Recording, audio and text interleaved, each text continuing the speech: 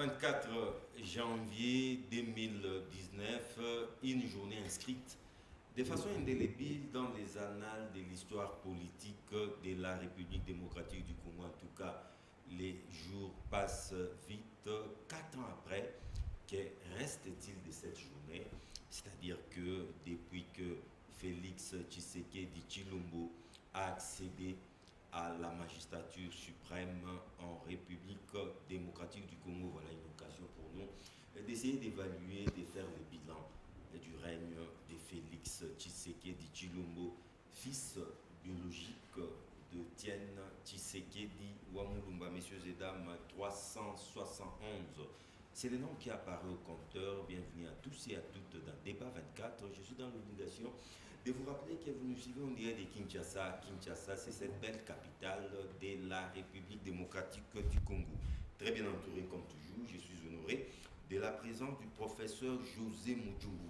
Le professeur José Mujumbu est un analyste politique indépendant. Bienvenue, professeur. Merci beaucoup, monsieur le journaliste. Sinon, comment allez-vous? Oui, ça va bien et je profite de l'occasion pour saluer tous les téléspectateurs qui vont nous suivre ce jour. Merci beaucoup. En face de vous, honoré également de la présence de Marcel Bakanga.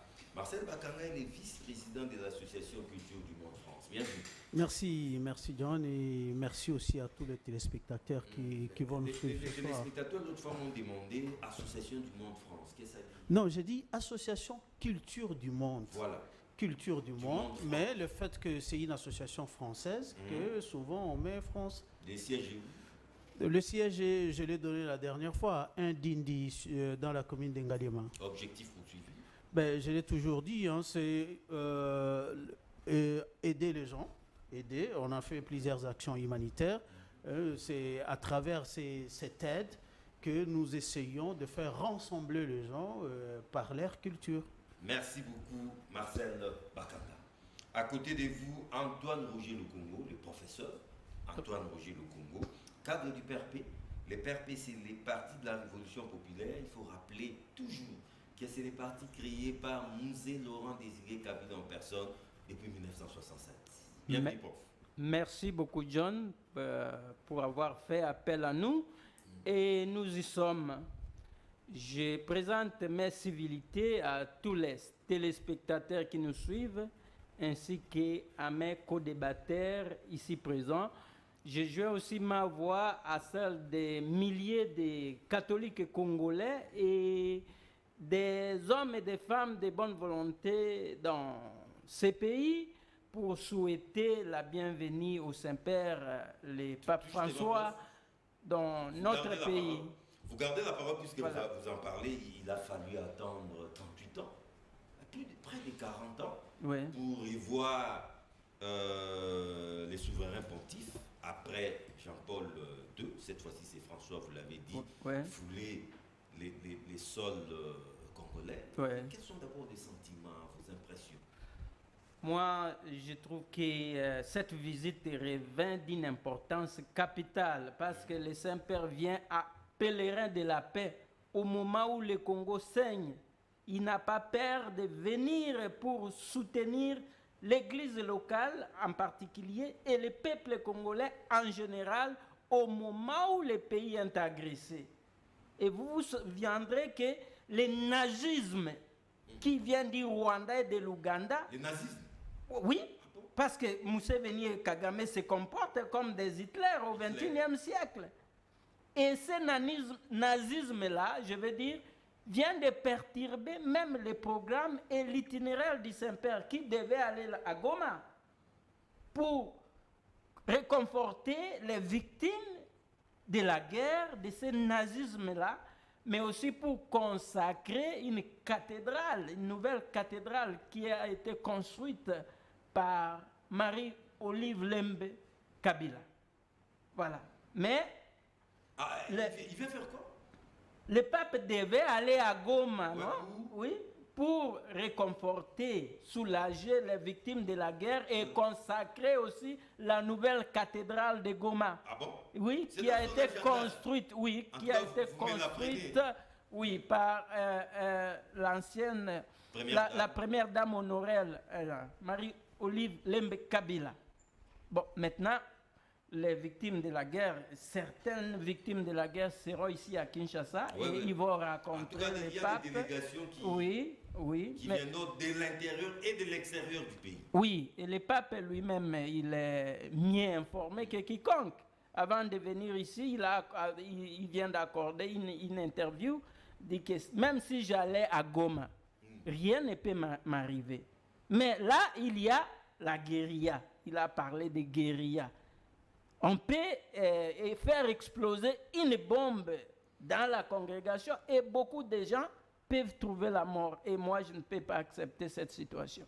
Donc, je ne vais pas à Goma. Il a expliqué ça. Par rapport Ouais. à notre capacité d'accueil, Ouais. vous pensez que la République démocratique, parce que c'est un grand événement, recevoir les papes du Vatican, on a pris le site de l'aéroport de Dolo, Oui. c'est là qu'il va dire sa messe. Ouais. Pensez-vous que notre capacité d'accueil est à même d'organiser un tel événement? Il n'y aura pas des cas à déplorer juste après, des cas de mort par exemple? Non, pas du tout. Je crois que ça, c'est l'organisation interne. Et vous avez vu son éminence, le cardinal, avec les ministres de la communication, faire le tour de tous les sites Ouais, les premiers où les ministres aussi. Saint-Pères. Oui, voilà. Et son éminence était totalement satisfait de ce qu'il a vu là. Et donc, j'ai confiance que tout ira bien. Et je vous rappelle que nous sommes le plus grand pays catholique en Afrique. Ah, ok. Oui, nous ne pouvons pas nous permettre grand pays d'être francophone, plus grand pays oui, d'être irresponsables. Quand le Saint-Père a opté de venir nous rendre visite, c'est d'abord une visite pastorale pour nous. Voilà. Merci beaucoup. C'est pour réconforter, nous encourager dans la foi, mais aussi dans la reconstruction de notre pays, dans la paix. Hein? Il vient aussi nous dire que pour que le Congo avance, nous devons aussi mettre de côté les antivaleurs. Nos divergences. Voilà. Marcel Bakanga, il faut reconnaître que la ville de Kinshasa va s'arrêter, sinon on va tourner au ralenti. D'ailleurs, je rappelle qu'une partie de la commune de la Gombe sera déclarée juridiction papale. L'accès sera soumis à une autorisation spéciale. La ville va tourner au ralenti. Les souverains, les papes du Vatican, sera dans nos murs. Alors, Marcel Bakanga, je crois que vous êtes aussi chrétien catholique. Quelles sont vos impressions? Oui, 38 ans après. je crois que simplement pour moi, j'espère que ce pèlerinage papal cesserait la violence dans la partie est. Parce que le pape a souvent, dans ses homélies, souhaité que revienne la paix à l'est de la RDC. Moi, ça me témoigne sincèrement qu'il a envie de travailler sur cette sécurité de l'Est, parce qu'il a un mot, il peut le dire, devant plusieurs décideurs politiques internationaux. Donc moi, j'espère pour moi que ces pèlerinages papal pourraient apporter voilà, quelque chose de très intéressant pour mettre fin à cette guerre de l'Est. Merci beaucoup, Marcel Bakanga. Par rapport à notre capacité d'accueil, vous n'avez pas d'appréhension? Bon, moi je crois qu'il y a des milliers et des milliers de catholiques. Hormis les catholiques, il y aura des gens qui riaient, Les curieux, voilà, les qui non-catholiques. voudraient recevoir cette bénédiction papale. Il y en aura plein, j'espère. Il y aura du aussi. monde. Il y aura du monde. Oui, je crois que le pape, son arrivée a provoqué tellement d'engouement que voilà, qui sera visible le jour qu'il sera là. Professeur José Mujumbu, la ville est déjà en ébullition, hein, peut-être vous l'avez remarqué. Tout à fait. Plus on s'approche de cette arrivée, les mardis 31 janvier, la fièvre ne fait que monter. Cette fièvre vous a déjà atteint? Tout à fait. Hein. Même en venant ici, on a senti les embouteillages depuis Déjà, presque 2 ça jours, s'annonce. 3 jours. Je suis passé par l'aéroport de Ndolo et on a senti ça. Il y a des gens qui travaillent nuit et jour. Nuit et jour pour ça. Et je crois que les choses. Ça donne Jésus Noël qui coordonne tout ça. Ok. Ouais. En tout cas, vont à la vitesse de croisière nous croyons qu'à l'arrivée du pape, tout sera au point. Pour paraphraser un peu ou répondre à ce que mon frère a dit, le collègue professeur a dit ici, je crois que le pape va venir avec un message de paix. C'est pour nous soulager, pour nous consoler, pour nous soutenir moralement et spirituellement, parce que vous savez que l'arrivée du pape est dans un contexte de crise, d'insécurité à l'est du pays. Je crois que le premier mobile qui a poussé le pape à venir chez nous, c'est cette insécurité récurrente à l'est du pays. L'insécurité à l'est du pays, et les Congolais ne cessent de mourir, et on voit que c'est comme si la communauté internationale est complice de cette situation. On ne comprend pas que plusieurs années, plusieurs décennies, même on regarde les Congolais mourir, mais ça ne fait pas grand-chose auprès de la communauté internationale. C'est comme si on se contente de cela, on est content de cela. C'est comme si la communauté internationale est complice même de cette situation. Vous avez vu que l'Ukraine a été agressée, mais vous avez vu comment la communauté internationale s'est mobilisée. Par-ci, par-là, dès qu'il y a des morts, la guerre s'enlise. Poutine croyait que c'était une guerre éclair. Voilà. Mais chez nous ici, comme si rien n'était, des violences contre les femmes, tout ça là, mais ça ne met plus personne. Alors je crois que le pape va venir nous soutenir, et nous croyons qu'il va lancer un message fort, parce que moi je l'entends aussi sur ce point-là, surtout essayer un peu de taquiner la communauté internationale qui est aveugle et sourd-muet à notre situation. Je crois que le pape va marteler vraiment, et j'attends bien sûr un bon message du pape là-dessus, parce que il ne peut pas venir ici dans un contexte de crise comme ça et ne rien dire quelque chose de consistant. Et c'est comme s'il venait seulement pour nous soutenir moralement, sans vouloir que la situation change. Là, ce n'est pas normal. Venir seulement dire, bon, c'est comme si on dirait, quand mon thème souffrez, il n'y a pas de problème, Dieu sera avec vous, vous irez au ciel, vous pouvez mourir ici, contentez-vous de ça. Mais je crois qu'il va lancer des messages forts à l'endroit de l'Ouganda et du Rwanda et de la communauté internationale, parce que ces souffrances-là de nos frères de l'Est a une cause. Il y a des raisons. Il faut s'attaquer aux raisons pour que les effets cessent. Je crois que les véritables causes sont là, c'est le Rwanda. Et vous connaissez la Bible, il y a des passages qui disent que chaque peuple a ses terres que Dieu lui a données. Je crois que le Rwanda doit se contenter de ces terres, de la terre de ses ancêtres, plutôt que d'envier nos terres. Et surtout aussi lancer un langage, parce qu'il y a aussi la Bible qui le dit, qu'il ne faut pas trahir son pays. Même si on est dans la souffrance, on ne peut pas trahir son pays en faveur de l'ennemi. Je crois que le Rwanda utilise la ruse, c'est-à-dire qu'il peut la manipulation, il vient, il provoque une situation, il prend les gens comme les derniers incidents. Voilà, on prend les nationaux, on les met à la tête, et eux-mêmes ils tirent les ficelles. Et ils vous promettent des bonnes choses, alors que ce sont vos propres choses. C'est-à-dire qu'ils peuvent vous dire, si vous arrivez, nous allons vous installer, vous serez ceci, cela, et vous aurez ceci, cela, alors que ça nous appartient. Et ils vont tirer les ficelles là, derrière ça. Et nous voyons, le Rwanda n'est pas capable de nous faire face. Et quand le Rwanda est en difficulté, parce qu'il faut le dire, c'est une agression. Quand le Rwanda est en difficulté, vous voyez, l'Ouganda vient à la rescousse. C'est toujours ça, et il faut qu'on souligne ça et qu'on prenne ça en considération. Pensez-vous que nous aurons quand même droit à une sorte de trêve, une sorte de cessez-le-feu pendant ces courts séjours du pape? Moi, ce n'est pas savoir le Rwanda, Ce n'est pas connaître le Kagame. Au contraire, Kagame profite des situations comme ça. Lui, son cœur, il est sanguinaire. Il peut mettre le feu.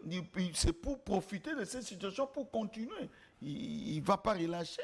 Vous voyez que malgré les rencontres au Luanda et tout ça là. À la veille de cette arrivée, il faut déjà suivre les provocations de la part du Rwanda. Du Rwanda. Donc pour eux, il n'y a pas d'âme. Il n'y a pas de trêve. Parce que le Kagame n'a pas d'âme. Et c'est l'intérêt. C'est l'intérêt. Les hommes, vous pouvez mourir autant. Ce n'est pas un problème pour... C'est l'intérêt qui compte. Voilà. Donc nous espérons ces messages de soutien, pas seulement de soutien, mais de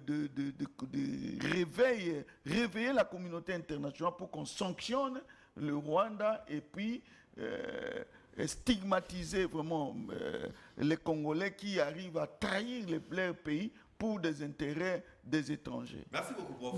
Revenons à notre principal thème ou thématique. Je commence par les professeurs. J'aimerais bien toujours ouvrir les balles avec vous. Ouais. C'est 4 janvier et c'est 24 janvier 2009. Étiez-vous à Kinshasa? Ouais. En tout cas, c'est une journée inoubliable qui charrie beaucoup d'émotions, à forte charge émotionnelle, parce que pour la toute première fois, nous avons assisté à une alternance pacifique entre un président sortant vivant et un président entrant.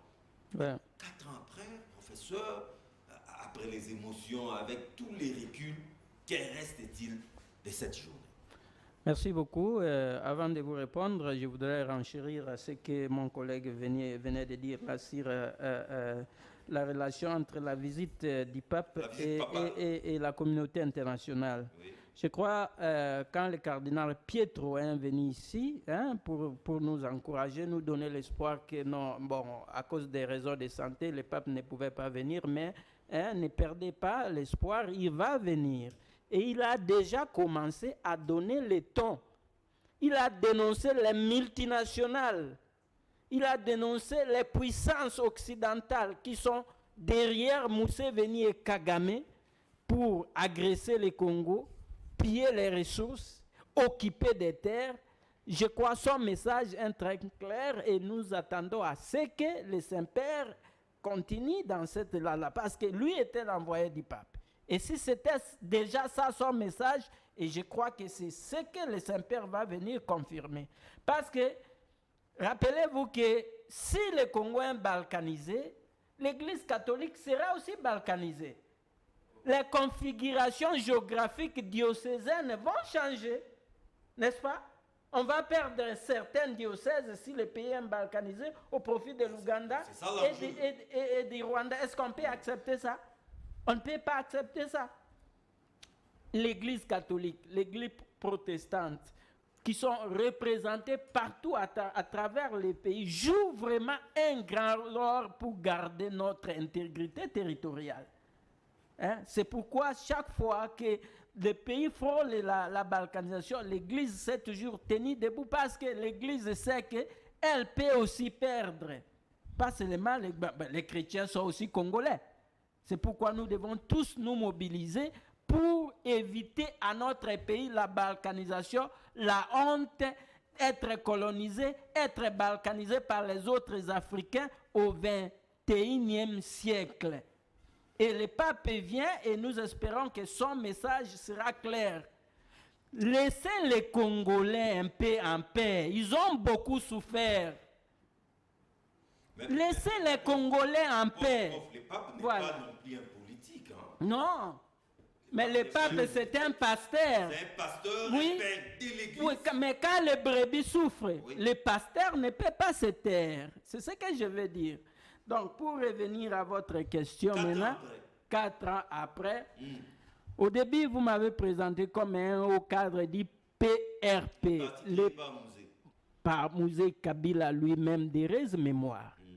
Et je commence par dire qu'aujourd'hui, l'histoire donne totalement raison à Musée Kabila par rapport à la gouvernance de Félix Tshisekedi, par rapport à la mégestion que nous sommes en train de voir. Qu'est-ce que Musée Kabila a dit? Mobutu et les siens piller ces pays pour aller construire en Occident. Ils devaient plutôt piller en Occident pour venir construire chez eux. Et ils n'ont pas fait ça. Et c'est ce que nous sommes en train de vivre. Pour commencer avec ce bilan-là. Je lis dans votre propre groupe WhatsApp, à Lokin, où on dit qu'un conseiller à Félix Tshisekedi est rentré au Canada après avoir détourné ici, mais avec la femme d'autrui. Oh, mais bon, faut pas c'est pour donner... relayer tout ce qu'on ramasse dans les réseaux sociaux, prof. Mais c'est vous qui... C'est vous qui dirigez ces réseaux sociaux-là, non? WhatsApp. Alors... Où tout est permis. Mais alors, cet exemple correspond bien à la déclaration de Mouzé Kabila de Res Mémoire, c'est-à-dire nous les Congolais, nous pillons notre propre pays pour apporter les fruits de ces pillages en Occident, au lieu, ironiquement, comme Mouzé l'a dit, de piller là-bas et venir reconstruire ici. Maintenant, l'histoire lui donne raison parce que tout ce que les politiciens, les dirigeants congolais font, c'est piller leur propre pays et aller mettre l'argent des Congolais dans des banques étrangères. Ça, c'est un. Deuxièmement, l'histoire aussi donne raison à Mouzé Kabila par rapport au Rwanda et à l'Ouganda. L'histoire se répète, l'histoire des agressions interminables. Vous savez, Mouzé Kabila a dit il faut ramener la guerre d'où elle est venue. Mais je vois que ce gouvernement est en train d'ignorer ces messages. On nous dit que nous allons gagner par la diplomatie. Mais c'est l'ennemi qui gagne du terrain. La diplomatie, les voyages, tout ça. Le président était récemment à Dakar pour parler du manioc, alors que Kichanga vient de tomber. Est-ce que cette diplomatie nous amène où par rapport? Moi, je crois qu'il nous reste seulement une seule option maintenant. Laquelle? Comme Mouzé Kabila l'a dit, ramener la guerre d'où elle est venue. Ah bon? Nous devons faire la guerre contre les Rwandais. Au Rwanda et à l'Ouganda. Voilà, ça c'est la seule option qui nous reste. Nous sommes plus de 100 millions d'habitants, s'il vous plaît. Une guerre, ce n'est pas une promenade de santé. Hein. Oui. Poutine en sait quelque chose. Ouais. Il croyait peut-être qu'en attaquant l'Ukraine, ça va être une guerre éclair. Mais voici bientôt une année. Une guerre, on sait quand elle commence, mais on ne sait pas quand est-ce qu'elle finit. Alors Il ne faut pas en parler avec les gens. D'accord. Et alors, vous êtes satisfait que chaque jour qui passe, c'est le Rwanda qui est en train de conquérir chaque territoire chez nous? Et nous croisons les bras pour dire que bon, la guerre, c'est quand ça termine, on ne sait pas quand ça va se terminer. Alors, il faut se contenter d'une telle donne. 4 ans après, la situation est pire qu'à l'époque de Joseph Kabila. Bon, sur le plan politique, j'ai commencé à vous expliquer la donne sur le plan sécuritaire. Si vous voulez, je peux aussi foncer sur le plan politique. Mais je résume en disant que Mouzé Kabila, à partir de Pweto, a bien préparé la contre-offensive. Et cette solution reste d'actualité. C'est-à-dire aller jusqu'au Rwanda, renverser Museveni, renverser Kagame. Ça, c'est la solution qui reste au Congo. Merci beaucoup. Oui, sinon nous allons toujours continuer à pleurnicher, continuer à débattre. Non, maintenant, ce n'est pas le temps de débattre. C'est le temps de libérer notre pays occupé. Mais par rapport au bilan, voilà. En tout cas, ça laisse à désirer. 4 ans après. Le bilan? Oui, de Félix Tshisekedi. Mais il n'y a pas de bilan. Il n'y a pas de bilan, c'est-à-dire? En tout cas, il n'y a pas de bilan. Je commence par dire ceci. Non, rapidement. Félix Tshisekedi se trompe d'époque. Il croyait qu'il était un autre Mobutu et que nous étions encore pendant l'époque de la guerre froide, l'époque de l'unilatéralisme, où les États-Unis dictaient tout. Et au début de son quinquennat, qu'est-ce qu'il fait? Il va aux États-Unis, il déclare son allégeance aux États-Unis, à Israël, au Rwanda et à l'Ouganda. Et aujourd'hui, nous sommes où? peut-être il n'avait pas de bons conseillers pour lui rappeler que non, ne confondez pas le peuple. Aujourd'hui, c'est l'immilitarisme. Nous devons diversifier les partenaires. Et maintenant, avec les promesses qu'on lui a faites, ça, on ne lui a rien donné et maintenant il est embourbé. Merci. Il n'y a pas de bilan et heureusement que Trésor Kalala de l'Union Sacrée vient de nous rejoindre, porte-parole des AADC et initiateur d'un mouvement citoyen Sentinelle de la Nation Sénat. Bienvenue, Trésor Kalala. Alors, Trésor Kalala, rapidement, et heureusement que vous avez poursuivi les professeurs. 4 ans après la date historique du 24 janvier 2019, voilà, le professeur a dit clairement ici, il n'y a pas de bilan. Vous, au moins, vous trouvez des bilans. Je rigole. Bon, je tiens d'abord à m'excuser pour ce retard. Vous voyez, il y a une forte pluie qui s'abat sur, la ville de Kinshasa. Et ici, un petit plaidoyer pour la population des Hauts-Filtra à Limité. Avec cette pluie, je vous dis, c'est déplorable. C'est là que j'interpelle le directeur des OVD qui vit juste à côté là. Des Kalam aussi peut faire vraiment quelque chose pour cette population-là de Hauts-Filtra. Je vous dis, c'est déplorable. Kalamou déborde à tout moment. C'est juste question des curés et cette population va vivre. Mais voilà le bilan. C'est leur bilan, non? Ça, c'est naturel. Ça, c'est la pluie. S'il vous plaît, la pluie est une catastrophe naturelle et il y a des solutions qu'on peut y apporter. Donc, les directeurs, bon, je parle des Kalamou qui doivent être curés parce que quand Kalamou déborde, en fait, toutes les maisons d'à côté sont inondées. Kalamou peut bien déborder, raison pour laquelle on laisse une certaine distance. C'est ce que je dis. Malgré cette distance-là, il y a toujours débordement. Il y a toujours débordement par faute de drainage des Kalamou. C'est comme ça que j'interpelle au directeur provincial, n'est-ce pas, de l'OVD, et surtout que la direction urbaine est juste à côté, là, à Funa. C'est juste à côté et ils voient cette situation. Bon, je ne sais pas s'ils font semblant ou c'est à dessein. Alors, je les interpelle à penser à cette population de Hauts-Filtra qui souffre, surtout quand il y a même une simple pluie. En tout cas, ça laisse à désirer. Voilà, j'aimerais entrer dans le vif de la question. Voilà, il n'y a pas de bilan. Non, mais moi, ça m'étonne que cela provienne d'un professeur des universités, entre guillemets. Écoutez, dans tout ce qu'on fait, il y a toujours un bilan, positif ou négatif. Mais au moins, il y a un bilan. Mais quand lui dit qu'il n'y a pas de bilan, nous sommes dans quelle planète? Non. Il pouvait peut-être dire que le bilan est négatif. Mais quand il dit qu'il n'y a pas de bilan... Non, négatif, c'est encore bien. Non, mais il n'y a rien. Le bilan est toujours positif ou négatif. Ok, mais quand lui dit qu'il n'y a pas de bilan, je suis perdu. Je ne veux pas m'attarder sur ça, je vais dans la pertinence. Moi, je crois, avant de parler du bilan de Félix Tshisekedi, il faut d'abord commencer par faire l'état des lieux. Dans quel état des lieux, s'il vous plaît, voilà. Comment il a trouvé le pays avant de parler du bilan? Donc, l'état des lieux du bilan, plutôt du pays. Je vais peindre un petit tableau rapidement. Monsieur Félix Tshisekedi trouve un pays avec une économie extravertie où nous importons tout. La RDC ne fabrique rien. Nous importons même les cure-dents, même les tiges coton, même les aiguilles, même les papiers hygiéniques. Le Congo importe. Donc on ne fabrique rien en interne. Même les papiers Kleenex. Donc la RDC importe tout. Pour nous qui sommes à Kinshasa, c'est l'Angola qui nous approvisionne. Pour ceux qui sont à l'est, notamment Lubumbashi, Kologi, ailleurs, c'est la Tanzanie, la Zambie ou l'Afrique du Sud. Donc le pays ne produit rien du tout. Il a trouvé un pays comme ça, avec une économie extravertie. Le peu d'économie qui pouvait nous rester, c'est dans les poches des individus. Vous comprenez au moins? Donc on ne produit rien. Pendant qu'on a tout ce qu'on peut produire, on a les eaux, on a la forêt, ok? On a l'espace, on a tout ce que nous pouvons avoir, mais on a les minéraux, on a tout, on ne produit rien. Même nos minéraux sont filtrés à l'extérieur. Ça, c'est le pays que Tshisekedi trouve. Tshisekedi trouve même pas une raffinerie de pétrole. Tshisekedi trouve même pas un seul bateau de pêche.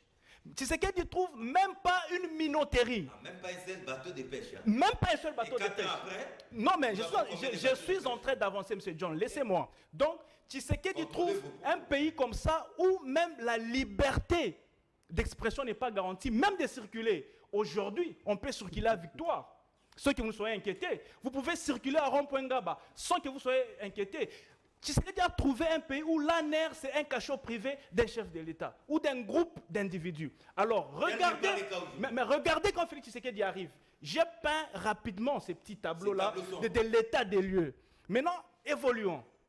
Tshisekedi, il prend le pouvoir. Dans 4 ans seulement, aujourd'hui, 7 millions d'enfants vont à l'école gratuitement. On peut décrier, non, les conditions ne sont pas bonnes. Les enfants s'asseyent mal, la qualité qu'on sort, mais au moins, un enfant qui restait à la maison, aujourd'hui, même debout, même sans uniforme, même 4 sur un banc, cet enfant-là peut savoir comment on écrit papa va au travail, peut savoir comment maman va au marché. Il ne faut pas aller à l'école par complaisance. Monsieur John, les enfants étudient, mais dans quelles conditions? Monsieur John, j'ai dit ceci.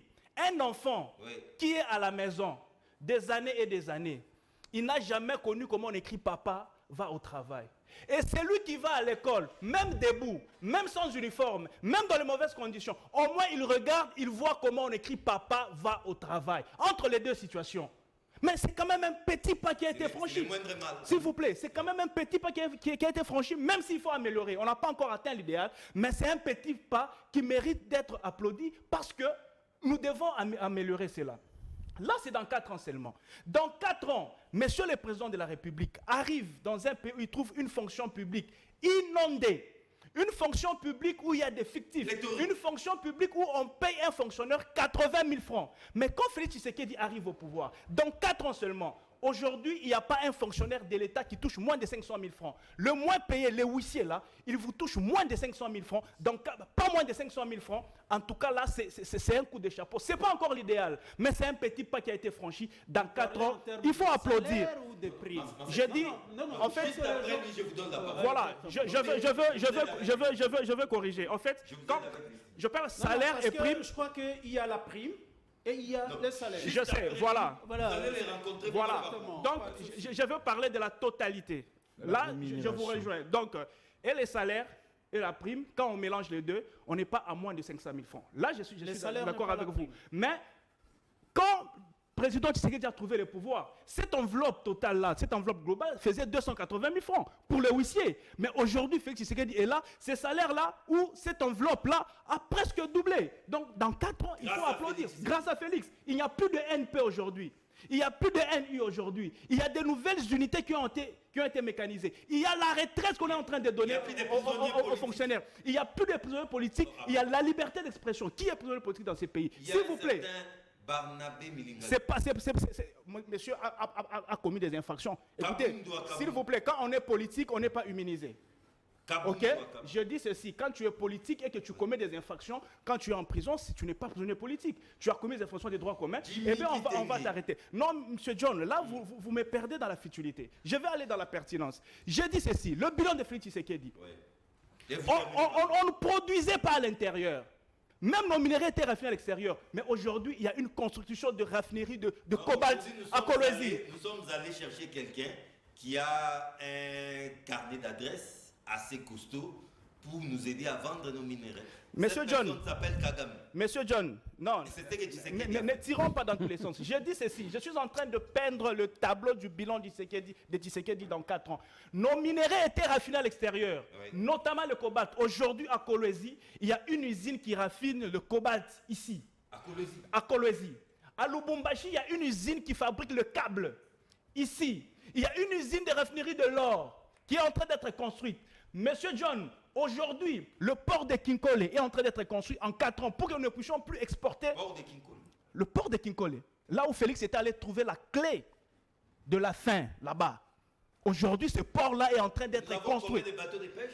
Monsieur John, avant d'avoir le bateau de pêche, on doit aménager. Les ports. Mais c'est ça, parce que les bateaux, quand ils viennent, ils vont accoster où? Il faut un aménagement d'abord. C'est comme ça que vous voyez, le port à eau profonde est en train d'être construit. Et tout ça, c'est dans 4 ans. Vous avez le service national, aujourd'hui, qui est debout. Un militaire achète aujourd'hui la farine à 18 000 francs. Moins de 10 $. Ce n'est pas un débat. Aujourd'hui, les fonctionnaires, à la place Golgotha, là où les gens pleuraient, aujourd'hui, on ne pleure pas. C'est devenu un endroit maintenant de réjouissance. C'est un endroit maintenant de résurrection parce que la farine se vend là-bas à 18 000 francs. Monsieur John, aujourd'hui, Kinshasa, c'est un chantier. Les routes se construisent, le pont se construit, les hôpitaux, les écoles. Donc on ne peut pas venir nous dire ici que dans 4 ans, dans quel Congo vivez-vous? Je dis ceci, monsieur John. Dans quel Congo vivez-vous? Mais vous êtes professeur, non? Mais vous avez dit qu'il n'y a aucun bilan. Monsieur John, je suis en en train de donner des choses avec précision. Il y a l'usine de traitement d'eau de Mbizaïzone qui est opérationnelle. L'usine de traitement d'eau à Lemba Imbu est opérationnelle. Monsieur John, le développement d'un pays, c'est sur la durée. Ce n'est pas par un coup de bâton magique que Félix Tshisekedi va développer le pays. Il faut du temps pour que le pays développe. Monsieur John, s'il faut que je parle du bilan de Tshisekedi, on va dormir ici. Mais ils sont impatients parce que je peux dormir ici en train d'étaler le bilan de Félix Tshisekedi. Il est totalement élongé, il faut l'applaudir. Soudainement, votre visage s'est crispé. Qu'est-ce qui justifie ces changements d'humeur? Non, mais parce que je ne sais pas si on a la raison encore dans ce plateau. On a perdu la raison. Non, il n'y a pas la raison. La raison, elle n'est pas là. Quand on est un politique, on doit avoir un bon sens et la raison. Moi, je voudrais d'abord réagir par rapport à ce qu'ils disaient mes co-débatteurs d'avant par rapport à la guerre à l'Est. Parce que la guerre à l'Est, nous devrions plutôt profiter en ce moment où il y a réconfiguration des zones d'influence. Parce qu'entre la Russie, les États-Unis et tout ça, il y a une réconfiguration des zones d'influence. Et c'est pourquoi j'avais appelé au président de la République, comme père de la nation, à appeler l'ancien président à avoir sa contribution, à appeler tous les leaders politiques à avoir leur contribution. Pourquoi ? Pour parler d'une seule et unique voix. Voyez, et appeler aussi les leaders de l'Est, discuter avec eux comme il avait fait avant, et ça permettrait que ces leaders-là sensibilisent la population. Parce que parmi ces rebelles, il y a encore certains des Congolais qui sont des mèches avec. Vous savez, une guerre peut se gagner aussi avec la population. Je crois que j'ai toujours dit ici, par exemple en France... Et souvent avec la population. Oui, parce que je donne l'exemple de la France. Une personne sur deux est un agent de renseignement. Ah bon? Ouais, ben oui. Parce que s'il se passe quelque chose, tout de suite, il informe les services de renseignement. Voilà. Je crois que c'est à nous de profiter de ça à partir des leaders politiques. Moi, je crois que si le président de la République va dans le sens d'une démocratie consensuelle et conciliante, la RDC aura tout à gagner dans ça. Je voudrais revenir un peu avant de prendre votre question à M. Kalala. Les changements d'humeur. Monsieur Kalala, je vous ai toujours dit, il ne faut pas venir à la télé vous plaindre. J'ai l'impression que vous vous plaignez. C'est ce qu'il est en train de faire. Oh. Moi, je me suis plaint ici. Le président Félix a trouvé ceci, il a trouvé cela. C'est un état des lieux, oui. Non. Ouais. Est-ce que vous savez pourquoi il a été élu? Si vous saviez pourquoi il a été élu, vous n'alliez pas dire ça. Oh. Quand on te donne une gestion, on commence par un état des lieux. Il faut commencer d'abord par un état des lieux. Et après, non, quand on donne un état des lieux, c'est pas une plainte. C'est pas une plainte. Pour changer l'état des lieux qu'on a trouvé. Monsieur Kalala, il a été élu justement pour combler ces déficits que vous êtes en train de dire. Et c'est ça qu'on est en train de faire, petit à petit. Je vais en venir. Voilà.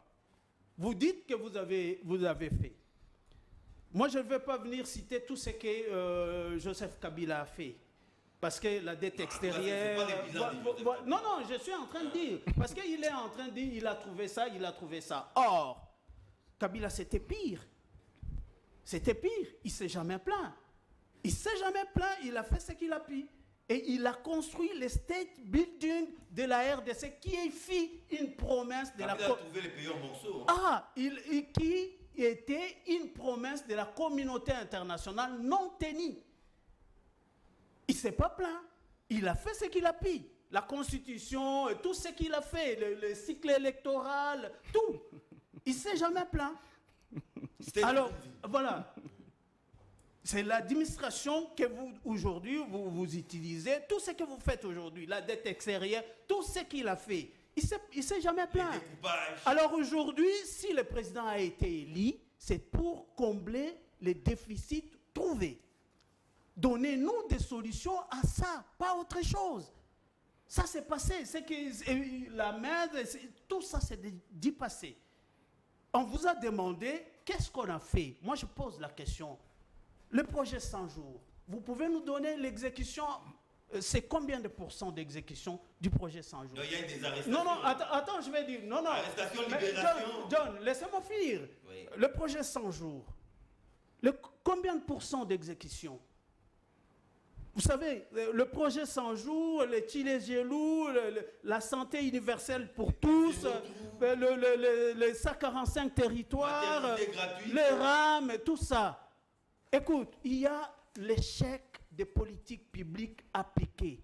Parce qu'il n'y a pas eu cette politique volontariste à impact direct qui pouvait apporter une connexion sociale. C'est ça le problème. Ne cherchez pas à aller de coq à l'âne et tout ça. Mais d'ailleurs, je vous dirais de garder votre énergie. Parce que bientôt, vous serez obligé de défendre tout ça. Le projet politique. Moi, je ne parle pas du bilan parce que le bilan, parler du bilan, c'est parler... un analyste indépendant. Mais je dis, mais je suis de la société civile. C'est de mon droit de le dire. Moi, je suis de la société civile, c'est de mon droit de le dire, de taxer aux politiques ce qu'ils n'ont pas fait. De tirer la sonnette Et d'alarme. je vais lui dire, parce que je ne peux pas parler du bilan. Le bilan, c'est pour Monsieur le John, chef il a du tous les gouvernement, temps, c'est pour le Premier ministre. Moi, je parle de l'offre politique du président. Qui c'est qui dit? Voilà. Comme Kabila avait décliné son offre politique à l'époque, 5 chantiers, la révolution de la modernité. C'est ça la différence. Je suis dans la différence. C'est l'offre politique du président. Qu'est-ce qu'il nous a donné comme offre politique? Parce que c'est de plus en plus la misère qui s'accroît. Et ça, c'est vraiment triste. Moi, j'avais dit en 2018, avant les élections, que je reviendrai à la télé. 5 ans après. 5 ans après, pour voir si ça a changé.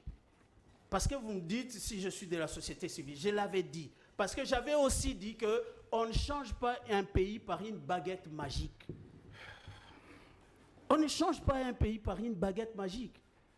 Je te donne l'exemple. Les chiffres sont là. Notre économie, c'est 84%. 84% d'économie qui est dans l'informel. On devait plutôt avoir le tact de tirer cette économie dans l'informel pour le rendre formel. Et ça changerait beaucoup de choses dans ces pays. Et je crois qu'on est en train souvent on est dans le folklore, discuter de choses inutiles. Pour moi, je trouve inutile. Vous pouviez plutôt nous proposer des choses concrètes en nous disant il y a ça qui a amélioré, par exemple, la situation de la population en ça. Par exemple, la santé universelle pour tous, c'est une très bonne idée. C'est comme l'assurance maladie en France, où les gens pouvaient prendre de médicaments gratuitement dans les pharmacies, aller à l'hôpital, payer moins. Merci. Dites-nous des choses concrètes. On vous a compris. Professeur... Pas du folklore. Professeur Mujumbu, vous venez d'écouter Impro Union Sacrée et ça n'a pas pris de temps, un son contraire déjà. Vous allez saisir la balle au bon de quel côté? Oui, mon frère, moi je regrette beaucoup d'entendre les reproches de mon frère Marcel Bakanga ici. Bon, moi je ne sais pas, quand on veut faire l'évaluation ou le bilan, on doit commencer, on doit montrer d'où on vient et l'état des lieux. Logique. Kabila n'est pas le premier. Non, mais il n'était pas le premier président de la RDC. Je peux vous laisser les temps. Non. À peine je prends la parole, à peine vous me coupez.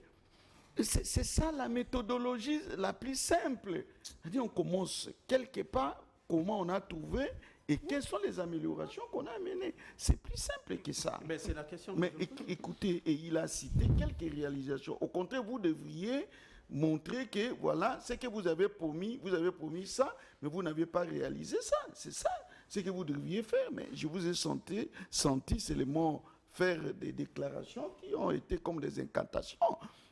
Vous voulez comparer qu'on puisse réaliser notre pays. Vous venez de dire que le pays ne peut pas se développer par une baguette magique. Voilà. De l'autre côté, vous nous demandez d'être comme la France, d'instaurer déjà les systèmes de santé universelle. Tout ça là. Mais franchement, je ne sais pas dans quel pays vous avez parlé de la raison, mais peut-être que vous avez perdu aussi la raison. Alors, je comprends comme s'il y a beaucoup de contradictions de ce que vous avez dit là. Et je veux vous dire que quand on vient ici, il ne faut pas parler de quelqu'un, dire que les autres ont perdu la raison, ce n'est pas aussi poli et ce n'est pas aussi vraiment bien. Je ne vous ai jamais entendu parler de ça. Je m'étonne que vous preniez un tel raccourci. Mais j'étais en train de dire aussi que quand on fait l'évaluation, il faut aussi voir une autre dimension qu'on appelle le contexte. Les contextes. On avait promis des choses, mais on a évolué dans quel contexte? Autrement dit, les excuses, hein. Vous trouvez... Non, il y a toujours le contexte qu'il faut situer. Non, pas seulement les excuses. Le contexte peut vous être favorable et que vous n'avez pas profité de ce contexte favorable. Les impondérables. Oui. Donc il y a des impondérables. Il y a aussi la situation qui peut être positive. COVID. Vous avez entendu par exemple, Mouzito relativiser le boom économique, budgétaire de notre pays, parce qu'il a dit que c'était dit à une situation internationale favorable du côté des miniers, n'est-ce pas? C'est pour vous dire qu'il faut voir toujours le contexte. Qu'est-ce qui n'a pas été favorable? Quelles étaient des mauvaises situations et des bonnes situations qu'on n'a pas pu peut-être profiter? Alors, ce n'est que méthodologique, c'est simple, aussi simple que cela. Donc, Félix Tshisekedi qui vient, comme le frère a bien décrit la situation, qu'est-ce qu'il a trouvé? Moi, je n'y reviendrai plus, mais dans quel contexte il a évolué? Vous avez vu, il y a un imbroglio politique qui a été créé par les FCC, qui s'est proclamé majoritaire, alors que les FCC n'étaient pas allés aux élections, ils n'avaient pas cette majorité. Donc il y avait une fraude là-dessus. Quand il n'y a pas de majorité, on nomme un informateur et qui doit constituer ou identifier la majorité. Donc, on était dans un cafriage. Au cadre de l'UDPS qui, à l'époque, nous avait dit non, la majorité a été identifiée, pas la peine d'en nommer un. Mais mon frère. Ça, c'est Kabout. Non, c'est Kabout. Il n'était pas. Je vous dis qu'il y avait une situation que Félix a trouvée. Il devait gérer cette situation. On a dit qu'il y avait l'alternance, mais il y avait une alternance conditionnée sous des conditions. Accepter notre majorité. C'est comme qui dirait vous allez régner et nous allons gouverner. C'était ça. Donc on vous donne seulement le poste de président.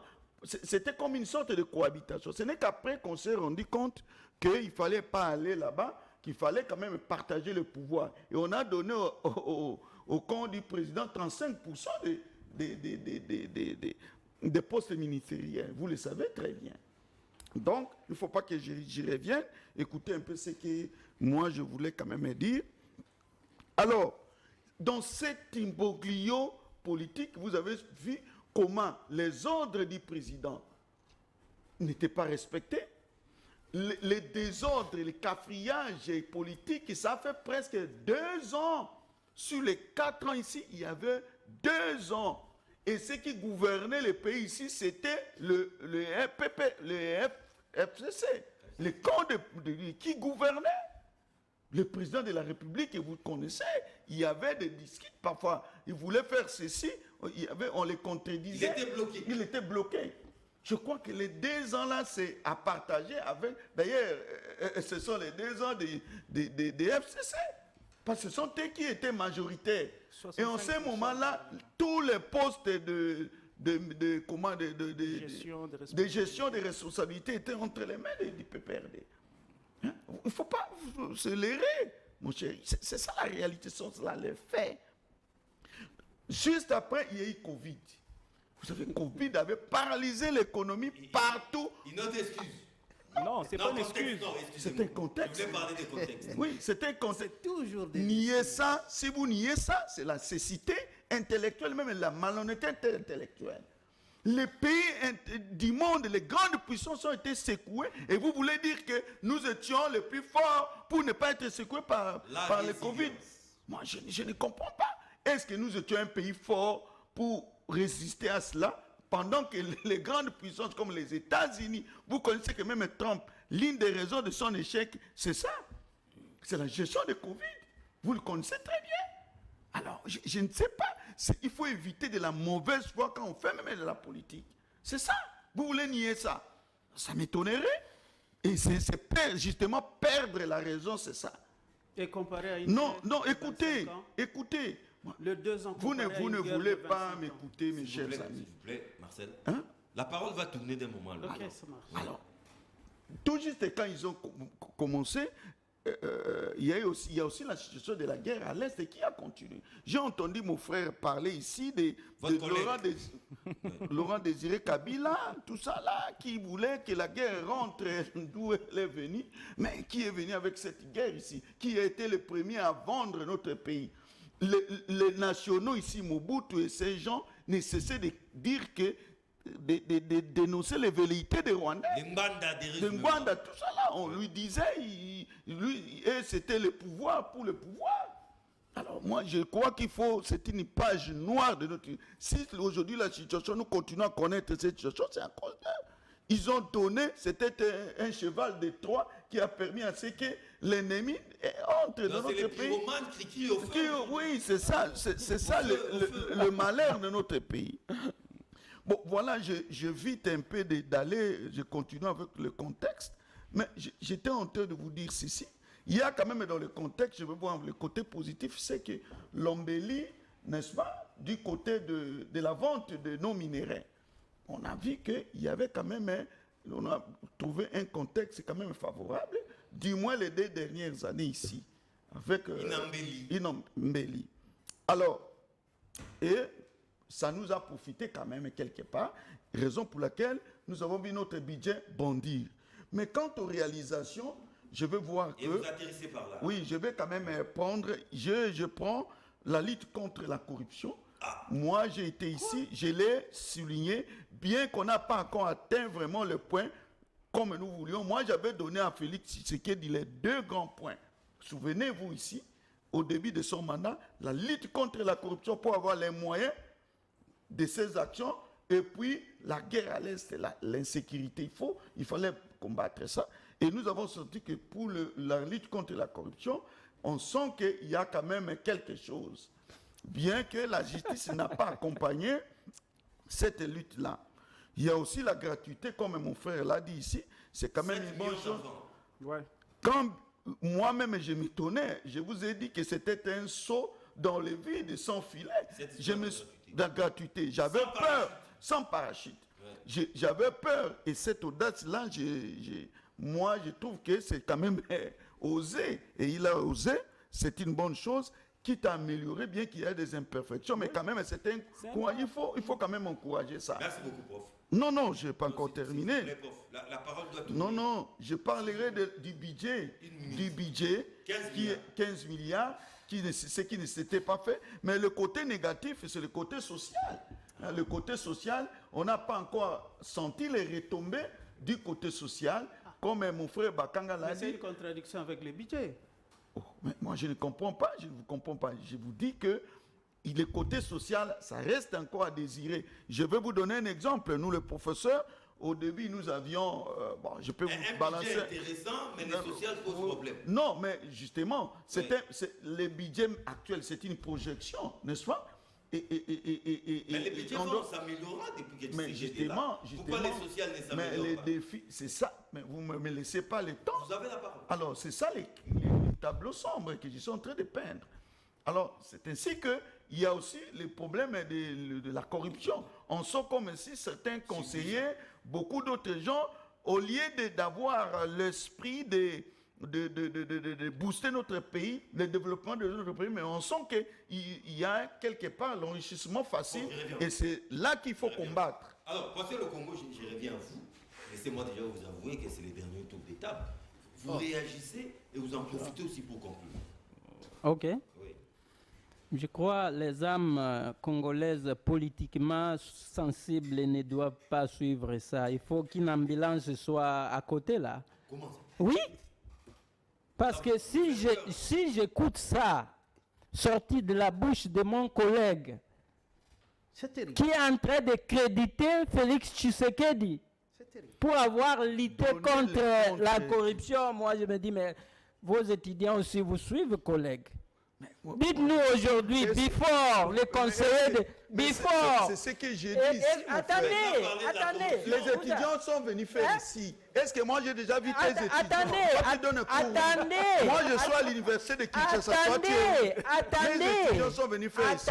Il faut du respect quand même. Attendez. Parce que vous dites que bon, dans le cadre de la lutte contre la corruption, vous êtes collègue d'où? vraiment, tu sais qu'elle dit a vraiment fait des progrès. Oui, enseigne à Bujumbura. Attendez. Vraiment, c'est regrettable. Oui, parce que absolument. Mais vous me coupez la parole. Vous me coupez la parole. Non, mais vous avez. Vous me coupez la parole. Les comètes des mortels congolais vous écoutez, vous professeurs, dire que dans le cadre de la lutte contre la corruption, Tshisekedi a gagné. Est-ce que moi j'ai dit ça? Voilà un professeur qui comprend tout. Est-ce que vous êtes un professeur vraiment? Est-ce que moi j'ai dit que... Il a dit que le social pose problème. Mais il a crédité Félix Tshisekedi pour la lutte contre la corruption. C'est ce qu'il a dit. Oui. Je vais répéter parce que je croyais que vous aviez le niveau d'un professeur, mais là je doute fort de votre niveau. Oui, je suis tout à fait d'accord parce que vous avez pris mon niveau de professeur, vous voulez mettre ça en jeu ici. Moi, je vous dis que je suis réellement professeur de l'université et ils le savent très bien. J'ai défendu ici. Écoutez. C'est moi qui ai la parole. Écoutez ce que je vais vous répéter. C'est moi qui ai la parole. J'ai dit ceci. Il y a quand même des... Suivez. J'ai dit que il y a quand même des efforts sur ce point-là. Mais quand même, il y a la justice n'accompagne pas. Il y a des choses qu'il faut améliorer. Vous avez dit qu'il y a quand même des progrès. Quel progrès? Les conseillers même de Félix Tshisekedi est aujourd'hui en prison. Before. Pourquoi? Il ne faut pas vraiment venir dire des choses comme ça ici. Et je viens de dire ici en conclusion quoi? Ok, merci. Il y a les conseillers je prends la parole. Il je comprend prends la parole. Non, j'ai bien compris.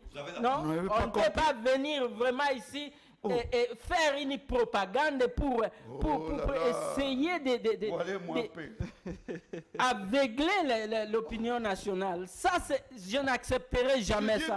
Deuxièmement, pour répondre à votre question, Trésor a dit qu'à l'époque de Kabila, voilà, nos minéraux étaient toujours exfiltrés à l'extérieur. Vous allez aussi nier ça? Que moi, je ne suis pas professeur, je ne vous ai pas bien compris. Nous avons vu dernièrement le président de la République tenir un lingot d'or comme ça. Et ils ont dit qu'ils viennent d'exporter l'or vers les Arabes et Émirats. Ma réaction, c'était quoi? Est-ce que nous ne pouvons pas transformer cet or ici sur place? Pourquoi exporter notre or à l'État-bri vers... Il a parlé des usines. L'usine est en train d'être construite. Il faut être attentif, monsieur le professeur. C'est ça que j'avais déjà dit. L'usine de traitement de l'or vous voulez embrouiller la situation. L'usine qui a fini, c'est celle de Kolwezi. Mais il est en train de tordre ce qu'il dit. C'est lui qui a la parole. John. D'abord, au début, il m'a dit que, bon, voilà, je ne suis pas professeur parce que je dis qu'il n'y a pas de bilan. Mais Etienne Tshisekedi, paix à son âme, qu'est-ce qu'il a dit? On lui a demandé quel est le bilan pour la période de 1 plus 4. Il a dit il n'y a pas de bilan. 1 plus 4 égale 0. Alors pourquoi vous m'en voulez quand je dis qu'il n'y a pas de bilan, alors que Etienne Tshisekedi était le premier à dire qu'il n'y a pas de bilan dans ce pays. Il a dit il n'y a pas de bilan. 1 plus 4 égale 0. Mais c'est la même chose. C'est la même chose. Oui. Non, ce n'est pas qu'il était ma modèle, mais lorsqu'il me critique, lorsque je dis qu'il n'y a pas de bilan, il doit se souvenir que c'est son autorité morale qui a commencé à le dire. C'est ce que je veux dire. Il a dit où d'abord? Vous me comprenez, non? Il a dit troisièmement, sur la situation à l'Est, John, il n'y a pas de mauvaises troupes. Il n'y a que des mauvais chefs. La société civile, au cours de la semaine qui vient de s'achever, envoyait des messages à Kinshasa, des munitions. Les Rwandais veulent prendre Kichanga. Les munitions traînent à Goma. Pourquoi? renforcer les forces armées. Mais de Dakar là, je ne sais pas, on parle d'Imaniok, maintenant Kichanga, un tombé. Le président, comme à l'ONU et partout, bien sûr, a dénoncé le Rwanda, mais il n'a jamais dénoncé l'Ouganda. C'est là où les Congolais se disent qu'il y a un COP. Un COP peut-être un COP pour permettre à Félix, oui, pour permettre à Félix Tshisekedi de s'arroger un deuxième mandat. Parce qu'on ne comprend pas que l'ennemi prend une localité après une autre, sans réaction de Kinshasa. Pour terminer, et je donne raison à mon ami. On ne peut pas dire que, oh voilà, à 18 ans, on a fait ceci. Il y a un prédicateur, un pasteur qui a dit ceci. Et il a cité l'évangile de Saint Jean. Il dit, Félix Tshisekedi, c'est comme Jésus. Il est venu, tous ceux qui sont venus avant lui, ce sont des voleurs. Mais lui est venu pour que les brebis aient la vie, pour qu'il ait en abondance. Et laissez-moi conclure alors. Oui. Pour qu'ils aient en abondance. Et pour que les brebis aient en abondance, il nous a promis de faire du Congo l'Allemagne de l'Afrique. Dis-moi, vous venez de vous plaindre à cause de la route ici, dans votre conséquence. Trésor. Est-ce que nous sommes vraiment l'Allemagne de l'Afrique? Ok, vous avez passé la parole aussi à Trésor. Non, Trésor, votre non. Mais vous avez passé une seconde. L'Allemagne d'Afrique. Si la gratuité de l'enseignement, hein, parce que c'est là qui allait lui sauver. Si la gratuité de l'enseignement. Citez-moi l'enfant d'un seul ministre ou de Tshisekedi lui-même qui va dans des écoles où il juste de la gratuité de l'enseignement. D'abord, deuxièmement, la gratuité, l'argent a été détourné. L'argent pour les 145 des territoires, l'argent pour les 145 des territoires vient d'être détourné. J'ai des preuves. L'argent vient d'être détourné. Merci beaucoup. L'argent prévu pour les 145 territoires. Alors, John, je suis totalement... Il n'y a pas de bilan. Je ne sais pas, un professeur, il ne comprend même pas c'est quoi le cadre de la gratuité de l'enseignement. La gratuité de l'enseignement, c'est à l'école primaire. Mais lui, il parle des enfants de Félix Tshisekedi qui sont déjà tous majeurs.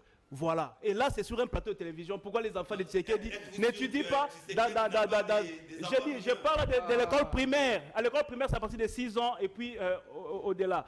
Et puis la gratuité de l'enseignement, c'est ici au Congo. Alors quand on vient nous dire ici que les officiels inscrivent leurs enfants là-bas, moi je me dis chacun amène son enfant où il veut. Oui, mais au moins 7 millions d'enfants. C'est là-bas, mais s'il vous plaît, John. C'est ça? Au moins 7 millions d'enfants aujourd'hui de l'école primaire sont à l'école. Monsieur John, il faut qu'on fasse un distinguo entre la politique et le politique. OK? Quand je prends la parole, j'étais en train de peindre l'état des lieux. Vous savez, quand on parle des politiques, ce sont les animateurs. OK? La politique, c'est cette mode-là de gestion. OK? Alors, quand on te donne la res publique, la gestion de la res publique, c'est la gestion de la chose publique. Toute chose, quand on te donne sa gestion, on fait d'abord un état des lieux. Comment j'ai trouvé la chose et après combien de temps elle est devenue comment. C'est évident dans toute gestion. Et surtout, on ne peut pas nous exempter de l'état des lieux, de la gestion de toute une nation comme le Congo. Vous voulez qu'on commence à partir d'où? Quand on donne les bilans, on va partir d'où? On commence par un état des lieux. On a trouvé un pays dans tel état. Et aujourd'hui, après 4 ans, voici là où nous l'avons amené. C'est comme ça que je dis, aujourd'hui, on a trouvé un pays sans port sérieux, avec des bateaux de pêche sérieux. Mais aujourd'hui, nous sommes en train de construire. Vous savez, dans tout ce qui nous arrive, il y a ce qu'on appelle un lien de cause à effet. Okay? Chaque rivière a sa source. Il y a des situations que nous vivons aujourd'hui qui tirent leur origine d'il y a 10 ans, d'il y a 20 ans. Et ce n'est pas dans 4 ans qu'on développe un pays. Le développement, c'est sur la durée. Je l'ai dit et il l'a reconnu. Ce n'est pas par un coup de bâton magique que le Congo va évoluer. Je vais avancer. Non, monsieur John. Terminez, non, monsieur John. Non, comment je vais terminer? On me demande ici, on me dit ici, on a trouvé des institutions assises, stables et consorts. Écoutez, nous avons l'institution président de la République. cours et tribunaux, le gouvernement et le Parlement. Monsieur John, quel genre d'institution comme Parlement on a toujours hérité dans ce pays? Nous avons quel genre de Parlement? Nous avons quel genre de parlementaires? Et ça, on nous dit, nous avons une institution Parlement assise et consort. Non, vous voyez la qualité des parlementaires qu'on a là. Et c'est ça l'héritage que nous avons trouvé. Le cours des tribunaux, nous avons quel genre de justice? Quel genre de justice? Et aujourd'hui, nous sommes en train de nous battre pour améliorer cette justice-là. Avant, il y a des gens qu'on ne pouvait pas interpeller. Aujourd'hui, c'est vrai qu'on arrête les gens qu'on relâche. Mais il y a un pas qui a été franchi. Ceux-là qu'on ne pouvait pas toucher avant, aujourd'hui, on peut les toucher. C'est un pas. Aujourd'hui, on parle de la corruption. Avant, s'il vous plaît, John, s'il vous plaît. Alors, Il y a des gens qui étaient en train de corrompre. Il y a des gens qui étaient en train de corrompre. Ok? On ne savait même pas, s'il vous plaît. On ne savait même pas. Voilà, vous m'avez passé la parole. On ne savait même pas. On ne savait même pas que ces gens étaient en train de détourner ou d'être corrompus. Mais aujourd'hui, on peut savoir. Et ils peuvent même arrêter. Vous parlez de before aujourd'hui. Mais coup de chapeau à la justice congolaise, ça montre que les choses ont changé. Un plus proche du chef de l'État est arrêté. Il est en prison. Au moins, c'est un pas. Il y a un directeur de cabinet qui a déjà été arrêté. Le proche de Félix. Le ministre et consort. Écoutez, je dis ceci. Ce n'est pas encore l'idéal. Mais il y a un pas qui est franchi. Ce qui ne se faisait pas avant, aujourd'hui ça peut se faire. Il faut applaudir. Je vais dire à M. Trésor, je ne sais pas, il doit nuancer. L'état des lieux se fait avant, pas après. On est à fin mandat. Non, à chaque évaluation, il y a l'état des lieux, mon frère. Je vous ai laissé parler. À chaque évaluation, il y a un état des lieux. Tout inventaire se fait toujours avant. Hein, à la fin, je crois qu'à la fin, avant qu'ils fassent leur projet politique, ils ont fait un état des lieux de la nation. Avant de faire les projets politiques. Ce n'est pas maintenant. Ils l'ont fait avant. C'est pour ça qu'ils ont proposé, Kabila n'a pas fait ceci, nous allons faire cela. C'est comme ça que ça se passe. Et c'est sur la durée. Est-ce que vous pouvez et c'est sur la durée, c'est pas par un coup de bâton magique. Vous voyez? Ce n'est pas à chaque année que vous allez faire les états des lieux. On est à la fin. Mon cher Trésor, soyez réaliste. On est à la fin. Okay. On est à la fin. Ce n'est pas le moment des états des lieux. Je vais dire pour la corruption. L'IGF, très bonne idée. L'IGF, c'est une très, très bonne idée. Qui a été sanctionné? Qui a remis les biens de l'État? Parce que l'idée est inachevée. On devait créer un tribunal financier pour sanctionner les criminels financiers. C'est ça qui a un problème. Parce que l'inspection se limite au contrôle et à l'audition. C'est ça. On devait créer un tribunal financier pour sanctionner. La justice. Est-ce que je peux finir mon idée? L'IGF, c'est une idée inachevée. Lui, il a eu tout le temps. Hein. Je le répète. Il parle sans pression. Hein. Mais oui. Ouais. Moi, vous m'avez coupé. Je crois que je vous ai tous laissé parler. Moi, je me suis contenu à vous écouter. L'IGF, l'IGF, c'est une très bonne idée. Qui? Celui qui a été arrêté, qui est sanctionné et on a contraint de remettre le bien détourné parce que ce sont des deniers publics qui ont été détournés. Personne n'a remis sur le compte public ce qu'il a détourné. Parce que l'IGF, c'est une idée inachevée. Et vous devriez, créer un tribunal financier pour sanctionner les criminels financiers. Parce que tous ces tribunaux, je crois qu'ils ont de l'incompétence. Dans le sens où personne n'a été, contraint de rembourser à l'État le bien détourné. Personne. Alors, nous devons être des réalistes. Moi, je dis toujours, regardez tous les projets. 100 jours, c'est un projet de Mouzito. La majorité des projets ici venaient de gens qui vous ont précédé. Oui. Même la majorité. Santé pour tous. Oui. Santé pour tous. C'est un projet de Matata. Santé pour tous. Mais des bons projets, on les récupère.